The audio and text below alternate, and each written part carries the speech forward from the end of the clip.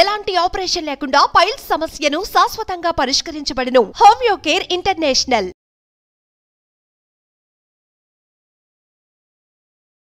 నమస్కారం అండి, డాక్టర్ శ్రీ ఆచార్య అనంతకృష్ణ స్వామి గారు. నమస్కారం. ఫస్ట్ ఆఫ్ ఆల్ డేట్స్ అడుగుతున్నారు ప్రతి ఒక్కరు కూడాను. అంటే ఎక్కడెక్కడ నిర్వహించబోతున్నారు క్లాసెస్, దానికి సంబంధించిన డేట్స్ ఏంటి సార్? ఓకే అమ్మా, మనకి ఇప్పుడు 2024లో 8 డిసెంబర్ వచ్చి విజయవాడలో ఉంటుందమ్మా. అలాగే మనకి డిసెంబర్ 22 హైదరాబాద్లో స్పెషల్ క్లాస్ ఉంటుంది. తొందరగా ఎన్రోల్ చేసుకోండి, ఎందుకంటే చాలా రష్గా ఉంది. అలాగే 29 డిసెంబర్ వచ్చి అనంతపురంలో ఉంటుందమ్మా. 26 జనవరి వచ్చి 2025 విశాఖపట్నంలో ఉంటుంది. అలాగే 2 ఫిబ్రవరి వచ్చి తిరుపతిలో ఉంటుందమ్మా. 16 ఫిబ్రవరి వచ్చి బెంగళూరులో ఉంటుంది. ఇది కాకుండా మనకి 5th జనవరి వచ్చేసి మనకి దుబాయ్ క్లాస్ ఉంటుంది. లాస్ట్ ఇయర్ కూడా మనం దుబాయ్లో క్లాస్ చేసాం, బ్రహ్మాండంగా ఎంజాయ్ చేశారు మన వాళ్ళందరూ కూడా. దుబాయ్ ఫెస్టివల్ కూడా ఉంటుంది, దాంతోపాటు క్లాస్ కూడా ఉంటుంది. వీలైనంత తొందరగా ఎన్రోల్ చేసుకోవాలి, ఎందుకంటే దుబాయ్ ఫ్లైట్ మొత్తం మనమే వెళ్ళాలని చెప్పేసి కోరిక. నమస్కారం డాక్టర్ శ్రీ ఆచార్య అనంతకృష్ణ స్వామి గారు. నమస్కారం అండి. స్పిరిచువల్ నాలెడ్జ్తో కూడుకున్నటువంటి మనీ సబ్జెక్ట్ అండ్ అందులో కూడా గోవా క్లాస్ వెళ్ళి వచ్చిన తర్వాత అద్భుతంగా జరిగిందని చెప్పేసి అన్నారు. సో ఏ క్లాస్ చెప్పానురా అని అంటే అక్కడ వాళ్ళకి కావాల్సిన విధంగా మిమ్మల్ని మీరు మార్చుకోవడానికి ఉండేటువంటి ఏకైక టైము, దాన్ని మీరు ఎంజాయ్ చేస్తే చాలు అని అక్కడ ఉండేటువంటి స్పిరిచువల్ నాలెడ్జ్ని కూడా ఇక్కడ కొంత షేర్ చేయడం జరిగింది. Very good sir, thank you so much for that. మనకి ఇప్పుడు మన సబ్జెక్టే కానీ లేకపోతే ఏదైనా ఒక సబ్జెక్ట్ని మనం దాంట్లో ప్రవేశించాలన్నా, లేదంటే దాన్ని మనం ఖచ్చితంగా పాటించాలి, ఒకటి సాధించాలన్నప్పుడు ఒక నిబద్ధత, కఠినత్వం అనేది 2 అవసరం ఉంటుంది మనకి. నిబద్ధత, కఠినత్వంలో మనకు మనమే ట్రైన్ చేసుకోవాలి. మనకు మనం ఎవరితో ట్రైన్ చేసుకోవాలి. మనం ట్రైన్ చేసుకోవాలన్నప్పుడు ఎవరో ఒకరు ఉంటారు కదా, వాళ్ళకి చెప్పుకోవాలి కదా. అదే సుప్త చేతనాత్మక మనస్సు. దానికి ఎలా చెప్పుకోవాలి, అలా చెప్పుకున్నప్పుడు అది దానికి లోబడి మీకు అనుగుణంగా పనిచేస్తుంది. అంటే ఇప్పుడు నేను ఈ ఇయర్లో ఈ జనవరి 1 నుంచి నేను ఒక పని చేయదలుచుకున్నాను. అంటే ఇప్పటిదాకా నా లోపల ఉన్న కొన్ని మార్పుల్ని నేను కొత్త విధంగా నేను మార్చుకోదలుచుకున్నాను. ఇప్పటివరకు ఉన్నటువంటి విషయాల్ని కొత్తగా మార్చుకోదలుచుకున్నాను. అనుకున్నప్పుడు మనం ఏం చేస్తామంటే చాలామంది ఫ్రెండ్స్కి చెప్తాం, నేను జనవరి 1 నుంచి నేను ఈ అలవాటు మానేస్తున్నాను. ఓకేనా, 1, 2, 3, 4 రోజులు ఒక 5-6 మందికో 10 మందికో చెప్తాము. ఆ తర్వాత మళ్ళీ కొన్ని రోజుల తర్వాత అలవాటు స్టార్ట్ అయిపోతుంది. అవును, అంటే దాని పట్ల నీకు నిబద్ధత లేదు, కఠినత్వం లేదు. అర్థమైందా? అలాగే కొన్ని కండిషన్స్ మనమే పెట్టుకుంటాం, నేను ఇలాగే ఉండాలి అని. అది కూడా కొంతవరకు ఉంటుంది, ఒక 6 నెలలు, ఒక ఏడాది ఉంటుంది. అది ఖచ్చితంగా ఆ నిబద్ధత, కఠినత్వం అనేది కొంతవరకు పాటించినప్పుడు కొంతవరకే ఉంటుంది అది. కానీ మన సబ్జెక్ట్లో మనం డబ్బు సాధించాలి, లేదంటే మనం ఒక ఉన్నత స్థాయికి వెళ్ళాలి, లేదా అందరూ నన్ను చూసే విధంగా ఎదగాలి, లేదా నాకంటూ నేను భిన్నంగా ప్రవర్తించాలి, సమాజానికి కానీ లేకపోతే జనాలకు కానీ భిన్నంగా అంటే వ్యతిరేకం వేరు, భిన్నంగా వేరు. అవును, ఈ తేడా తెలియాలి మనకి, లేకపోతే అది మళ్ళీ ఇంకో రకంగా. భిన్నంగా ప్రవర్తించాలన్నప్పుడు నీ ఆలోచన విధానంలో తేడా ఉండాలన్నప్పుడు నువ్వు ఖచ్చితత్వాన్ని కలిగి ఉండాలి, దాంట్లో కఠినత్వం ఉండాలి, నేను చెప్పినట్టు నిబద్ధత ఉండాలి. అలా ఉండాలి అన్నప్పుడు నువ్వు ఎవరితోనే ఏమి చెప్పొద్దు. ఫస్ట్ నువ్వేం చేయాలనుకుంటున్నావు అది ఎవరితో చెప్పొద్దు. అలాగే నీలో ఉన్న మనిషి, నీ యొక్క సుప్త చేతనాత్మక మనసు ఏదైతుందో దాంతో మనం ఖచ్చితంగా చెప్పాలి, నేను ఇలా చేయదలుచుకున్నాను. అలా చెప్పినప్పుడు అది శ్రద్ధగా వినడం జరుగుతుంది. అది ఎప్పుడు మొదలవుతుందంటే నువ్వు ఎప్పుడైతే ఆలోచిస్తుంటావో అది అప్పటివరకు నీ మాట వినదు. ఎందుకంటే దానిపైన చేసుకుంటుంది. 24/7 పనిచేస్తుందని చెప్పాం కదా. 24/7 అది నీ గురించి పనిచేయదు, తన పని తాను చేసుకుంటుంది. తన పని తాను ఏమేం చేసుకుంటుంది, శ్వాస పీల్చుకోవడం, వదలడం ఒకటి. ఓకే, అలాగే నీ జీర్ణక్రియలు కానీ ఇవన్నీ కూడా తన పని తాను చేసుకుంటుంది, నువ్వు పట్టించుకోదు. అవును, ఇప్పుడు నువ్వు ఎప్పుడైతే పిలుస్తావో అప్పుడు నీ వైపు చూస్తుంది. ఓహో ఏందని అడుగుతుంది. అడిగినప్పుడు నాకు ఇది కావాలి, లేకపోతే నేను ఇలా అని చెప్పినప్పుడు చూద్దాంలే అంటుంది. అది ఒకసారి నువ్వు చెప్పినట్టు చూద్దాంలే అంటుంది తప్ప నీ మాట వినదు అది. మళ్ళీ ఇంకోసారి పిలిచావు, మళ్ళీ ఆజ్ఞించావు, మళ్ళీ 3వసారి పిలిచావు, ఆజ్ఞించావు. పదే ఎప్పుడైతే చెప్తావో అప్పుడు అది వింటుంది. కాబట్టి ఎలా చెప్పాలి, ఏమని చెప్పాలి, మీరు సరి చేసుకోవడానికి మీ సుప్త చేతనాత్మ మనసుకు ఇచ్చే సూచనలు. ఆ సూచనలు ఇచ్చినప్పుడు మీ జీవితం మారుతుంది. అప్పటిదాకా మీ జీవితం ఇలాగే ఉంటుంది. ఎందుకంటే ఇప్పుడు చాలామంది కూడా ఏమంటారంటే, నేను ఈ సబ్జెక్ట్ వింటున్నాను, వీడియోలో క్లాసుకు కూడా వచ్చాను, అయినా నాలో మార్పు రాలేదు, నేను అనుకున్నంత సంపాదించలేకపోయాను, లేదా అప్పులు కట్టలేకపోయాను, లేదంటే ఇంకా కొత్తదనాన్ని నా జీవితంలో నేను సంతరించుకోలేదు. ఇవన్నీ ఎందుకు జరుగుతున్నాయంటే నీ సుప్త చేతనానికి నువ్వు ఖచ్చితమైన నిబద్ధతతో కూడినటువంటి కఠినమైనటువంటి సూచన ఇప్పటిదాకా ఇవ్వలేదు. అందుకని చెప్పేసి ఎక్కడ కూడా సక్సెస్ కావట్లేదు. అది చేసినప్పుడు ఎంతో కొంత అవుతుంది, తర్వాత మళ్ళీ వెనక్కి పడిపోతున్నారు. చేసినప్పుడు ఎంతో కొంత అవుతుంది, మళ్ళీ వెనక్కి పడిపోతాం. ఎలాంటి సూచనలు ఇవ్వాలి మీ సుప్త చేతన మనసుకి? నేను ఒక 5 పాయింట్స్ చెప్తాను. ఎస్, వీటిని మీరు ఎలా సూచనలు ఇవ్వాలి, దాంతోపాటు మీరు మీకేం కావాలో మీరు తయారు చేసుకోవాలి. నేను ఒక 5 పాయింట్లు చెప్తాను. ఓకే, నెంబర్ 1 పాయింట్ వచ్చి, నేను సంపదను ఐశ్వర్యాన్ని అనుభవించడానికి సిద్ధంగా ఉన్నాను. నేను సంపదని ఐశ్వర్యాన్ని అనుభవించడానికి సిద్ధంగా ఉన్నాను అన్నప్పుడే అది మీకు ఇవ్వడం జరుగుతుంది. మీరు దాని గురించి ఆలోచన లేదు, దాన్ని అనుభవించడానికి సిద్ధంగా లేరు. అలాంటప్పుడు ఎలా మీకు పాసిబుల్ అవుతుంది? ఒక గురుకులంలో నువ్వు శిక్షణ పొందడానికి వెళ్ళినప్పుడు గురువు చెప్పినప్పుడు నువ్వు వినాలి. అక్కడ ఏ నిబద్ధతలు ఉంటే వాటన్నీ నువ్వు పాటించినప్పుడే ఆ విద్య అనేది నీకు అబ్బుతుంది. అవునా కదా? కాబట్టి నువ్వు దానికి సిద్ధంగా ఉన్నావా, ఉండి నువ్వు గురుకులానికి వెళ్తున్నావా, అప్పుడు మాత్రం నీకు అవన్నీ అబ్బుతాయి. నువ్వు దానికి అనుగుణంగా లేవు, సిద్ధంగా లేవు, అక్కడ నియమాలు నీకు పనిచేయవు. అలాంటప్పుడు నీ విద్య ఎలా అవుతుంది? మళ్ళీ బయటకు వచ్చేస్తాం.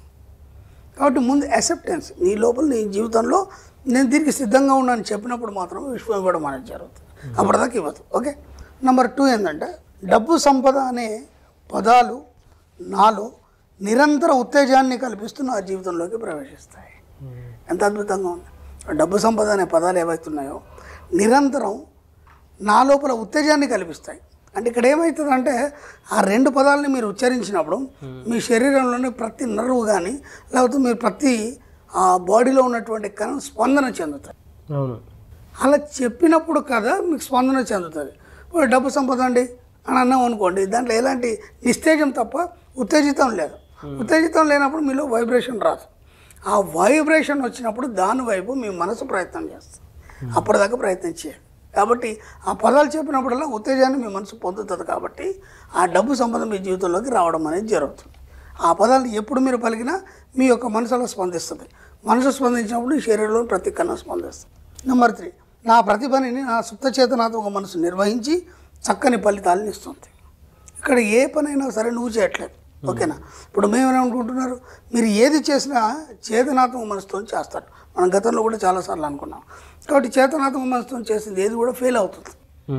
అది తాత్కాలిక విజయమే తప్ప శాశ్వతమైనటువంటి విజయం ఉండదు. కాబట్టి సుప్త చేతనాత్మక మనసుతో కూడి ఉండి మీరు ఎప్పుడైతే ఏదైతే చేస్తారో ఆ పనిని మీరు నిర్వహించారు, అది నిర్వహిస్తుంది. ఎందుకు? ఇప్పటివరకు నేను ఎన్నోసార్లు చెప్పాను కదా, మీరు పిలిస్తే కానీ అది పలకదు. పదే మీరు చెప్పి నాకు ఇది కావాలని చెప్పినప్పుడు బాధ్యత తను తీసుకొని దాన్ని ఎలా డిజైన్ చేయాలని చేస్తుంది. కాబట్టి సుప్త చేతనాత్మక మనసు ఏదైతుందో మిమ్మల్ని సరైన దారిలో ఉన్నతమైన జీవితాన్ని కల్పించడానికి సిద్ధంగా ఉంటుంది. కాబట్టి మీ యొక్క కాషన్స్ అన్ని దానికి ఇవ్వండి. ఓకే, అలాగే నా అనుమతి లేకుండా నా నిద్రలో కానీ లేదా సుషుప్త అవస్థలో కానీ నా జీవితంలోనికి ఏది ప్రవేశించదు. అది ఎంత ఎక్సలెంట్ వర్డ్ అంటే, మనం ఇంతకుముందు కూడా మనకు విన్సెంట్ ఫీల్ చెప్పినటువంటి ఒక చిన్న వర్డ్ చెప్పుకున్నాం, ఏది దానికి కలత చెందాం, ఏది నీ దగ్గరికి రానియకు, అన్నీ మాయమైపోతాయి. విన్సెంట్ ఫీల్ అని చెప్పుకున్నాం మనం. అవును, ఇది కూడా అదే. అంటే నువ్వేం చేస్తున్నావు అంటే నువ్వు అనుమతిస్తేనే, స్టార్టింగ్లో చెప్పుకున్నావు ఒక వర్డ్, నువ్వు అనుమతిస్తే కానీ నీ జీవితంలోకి ఏది రాదు, యాక్సెప్టెన్స్. కాబట్టి ఇక్కడ ఏం చెప్తున్నావు అంటే, నిద్రలో అయినా పర్లేదు లేదా సుషుప్తావస్థలో, అంటే నిద్ర కాంది నిద్ర అయింది అంటే మగత నిద్రలో ఉంటాం కదా మనం, ఆ సుషుప్తావస్థలో అయినా సరే నువ్వు ఎలాంటి స్థితిలో ఉన్నా సరే నీ అనుమతి లేకుండా నీ జీవితంలోకి ఎవరు రారు, ఏ విషయాలు ప్రవేశించవు. అంటే ఇక్కడ నువ్వు నెగిటివ్ని ఆపాదించుకున్నావా, అది నీ అనుమతితోనే ఆపాదించబడుతుంది. పాజిటివ్ని ఆపాదించుకున్నావా, అది నీ అనుమతితోనే ఆపాదించబడుతుంది. ఇక్కడ మన సబ్జెక్ట్లో ఏం చేస్తాం, నెగిటివ్ని అనుమతించట్లేదు మన సబ్జెక్ట్లో, ఓన్లీ పాజిటివ్ని అనుమతిస్తున్నావు. కాబట్టి నీ జీవితం అంతా పాజిటివ్గా మారిపోతుంది. కాబట్టి ఇక్కడ నువ్వు ఏది అనుమతిస్తే దానిలాగానే జీవితం తయారవుతుంది. అది ఎలా? నువ్వు మామూలు స్థితిలో ఉన్నా సరే, నిద్రావస్థలో ఉన్నా సరే, సుషుప్త అవస్థలో ఉన్నా సరే, నీ అనుమతి లేకుండా నీ జీవితంలోకి ఏది రాదు. ఒక వ్యక్తి కావచ్చు, ఒక భావం కావచ్చు, ఒక ప్రేమ కావచ్చు, ఒక ఈర్ష్యాసూద్దేశ కావచ్చు, లేదంటే డబ్బు కావచ్చు, లేదా సంపద కావచ్చు, ఒక వ్యక్తి నీ జీవితంలోకి రావడానికైనా నువ్వు అనుమతిస్తేనే వస్తుంది. అది ఇక్కడ చెప్పబడుతుంది. ఇది లాస్ట్ వన్ వచ్చి, నేను నిరంతరం డబ్బు సంపద పట్ల ఎరుక కలిగి ఉంటాను. ఈ 5 ఏవైతే మనకి వర్డ్స్ ఉన్నాయో ఇవి మీరు అనుమతిస్తే కానీ మీ జీవితంలోకి రావు. అన్నప్పుడు మీరు ఏం చేయాలంటే, వీటన్నిటికీ మీరు నిబద్ధత కఠినత్వాన్ని కలిగి మీ జీవితంలోకి ఆహ్వానం చేసుకుంటున్నారు. అలాంటప్పుడు రోజు ఉదయం లేవగానే స్నానం చేసి చక్కగా రెడీ అయ్యి అద్దం ముందు నిల్చొని చెప్పండి ఇవన్నీ. ఈ 5 వర్డ్స్ ఏవైతున్నాయో అద్దం ముందు నిల్చొని చెప్పండి. ఒక్క నెల రోజుల తర్వాత చూడండి మీ జీవితం ఎంత ఉన్నతంగా చక్కగా మారిపోతుందంటే అసలు ఎవరు ఊహించారు. అంటే నేను ఏమంటున్నా అంటే మీకు మీరే నిబద్ధత కఠినత్వం కలిగి మీ జీవితాన్ని మార్చుకోవడానికి సిద్ధంగా ఉండి ఒక ఉన్నతి వైపు, డబ్బు సంపద ఐశ్వర్యం వైపు మీరు ప్రయాణించాలనుకున్నప్పుడు మాత్రం ఈ వర్డ్స్ చెప్పండి. దీనికి తోడు ఇంకా మీకు ఏమేం కావాలి, మీరు ఎలా ఉండదలుచుకున్నారు, అంటే మీ యొక్క యాటిట్యూడ్ ఎలా ఉండాలి, మీరు ఎలా ప్రవర్తించదలుచుకున్నారు, వాటన్నిటికీ మీకు మీరే ట్రైన్ చేసుకోవడానికి చక్కని వర్డ్స్ ఇవి. ఇదాన్ని ఏమంటామంటే మనం సుప్త చేతనానికి ఇచ్చే సూచనలు. మీ సుప్త చేతనానికి సూచనలు అంత మట్టుకు మీ జీవితం ఎప్పుడు గందరగోళంగానే ఉంటుంది, అయోమయంగానే ఉంటుంది. కాబట్టి వీలైనంత మట్టుకి ఈ వర్డ్స్ కాకుండా ఇంకా మీకేమేమి అవసరం, ఇంకెలా మారదలుచుకున్నారు, ఆ మారణ జీవితాన్ని మీరు ఎలా చూడదలుచుకున్నారు, ఆ ఎండ్ ఏదైతుందో దాన్ని మీరు చూడాలి. దాన్ని చూసి చెప్తున్నప్పుడు ఏమవుతాయంటే మీరు ఏదైతే చివరి ఊహిస్తారో ఆ విధంగా మీ జీవితం మారడం జరుగుతుంది. కాబట్టి వీలైనంత మట్టుకు మీ సుప్త చేతనానికి సూచనలు ఇచ్చే ప్రయత్నం చేయండి. అప్పటి వరకు మీ జీవితం మారదు, అప్పటికి గందరగోళంగానే ఉంటుంది, అయోమయంగానే ఉంటుంది. డెఫినెట్గా సార్, అంటే చాలా అంశాలు మీరు చెప్పడం జరిగింది. సబ్కాన్షియస్ మైండ్కి ఎలాంటి సూచనలు ఇవ్వాలో అనేటువంటి దానికి ఈ వీడియో మాత్రం ఒక 10 సార్లు చూసినా కూడా ప్రాక్టీస్ ఇక్కడే అర్థమైపోద్ది. మనీ మంత్ర సబ్జెక్ట్లో ఎంత అద్భుతం జరుగుతుంది అని చెప్పడానికి ఓ 21 డేస్ దీన్ని కంటిన్యూ చూసుకొని అఫర్మేషన్స్ రాసుకుంటూ వెళ్ళిపోతూ ఉంటే జీవితం దానికైతే అర్థమైపోతూ ఉంటుంది. బట్ ప్లాసిబో ఎఫెక్ట్ జరుగుతుంది మైండ్లో మాత్రం. నాకు ఎక్కడ వచ్చిందంటే 5 సార్లు క్లాస్కి వచ్చారు, పాపం అన్నీ పాటిస్తున్నారు, కానీ వాళ్ళు ఎక్కడో అక్కడ మిస్టేక్ అయ్యి వాళ్ళు అనుకున్నది సాధించలేకపోతున్నారు. ఎందుకు సాధించలేకపోతున్నారు అంటే నిబద్ధత కఠినత్వం మీ సుప్త చేతనానికి మీరు ఈ సూచనలు ఇవ్వట్లేదు. కాబట్టి అంటే మనం ఏం చేస్తామంటే నేను ఇంతకుముందు కూడా ఏం చెప్పానంటే మీకు ఇప్పుడు డబ్బు అవసరం ఉంది, అర్జెంట్ ఒక 20,000 1 లక్ష రూపాయలు అవసరం ఉంది, దాన్ని మట్టికి ఆలోచిస్తారు. అంటే నాకు అర్జెంట్ 1 లక్ష రూపాయలు కట్టాలి, ఈ ఫస్ట్ లోపల నేను దాన్ని పే చేయాలి, నాకు పీకల మీద ఉంది, ఆ హడావుడి దాని మాత్రమే ఆలోచిస్తారు. నేను దాని గురించి ఆలోచన అది తాత్కాలికం మాత్రమే కదా. నీ జీవితం మారాలి. నీ జీవితం ఉన్నంత వరకు ఏనాడు డబ్బు గురించి ఎవరి దగ్గర చేయి చాచాల్సిన అవసరం మనకు లేదు. నేను అనంతమనే సూక్తుల్లో కూడా రాశాను, ఎవరి దగ్గర మనం చేయి చాచడానికి మనం జన్మ తీసుకోలేదు ఇక్కడ అని చెప్పేసి. అలా శాశ్వతమైనటువంటి ఉన్నత స్థితి, సంపూర్ణ స్థితి పొందాలనుకున్నప్పుడు నీ లోపల నిబద్ధత కఠినత్వంతో పాటు నీ సుప్త చిత్తానికి సూచనలు ఇచ్చినప్పుడు మాత్రమే అది జరుగుతుంది అనేది నా పరిశోధనలో తెలియదు. ఎందుకంటే నేను అలా నిబద్ధత కఠినత్వంతో ఉన్నాను కాబట్టి ఈ సబ్జెక్ట్ ఇంత ఇవ్వగలుగుతున్నాను. కాబట్టి ఇది అందరికీ చెప్పేస్తే వాళ్ళు కూడా దాని సూచనలు పాటించేసి వాళ్ళకు కావాల్సిన సూచనలు ఇచ్చుకొని బాగుపడతారని ఒక ఆలోచన వచ్చి సబ్జెక్ట్ డైరెక్టివ్లో ఇద్దాం అనుకొని ఇచ్చాను. Fantastic sir. Anyway sir, thank you అండి. Thank you so much doctor Shri Acharya Anantakrishna Swami గారు. థ్యాంక్ యూ అండి.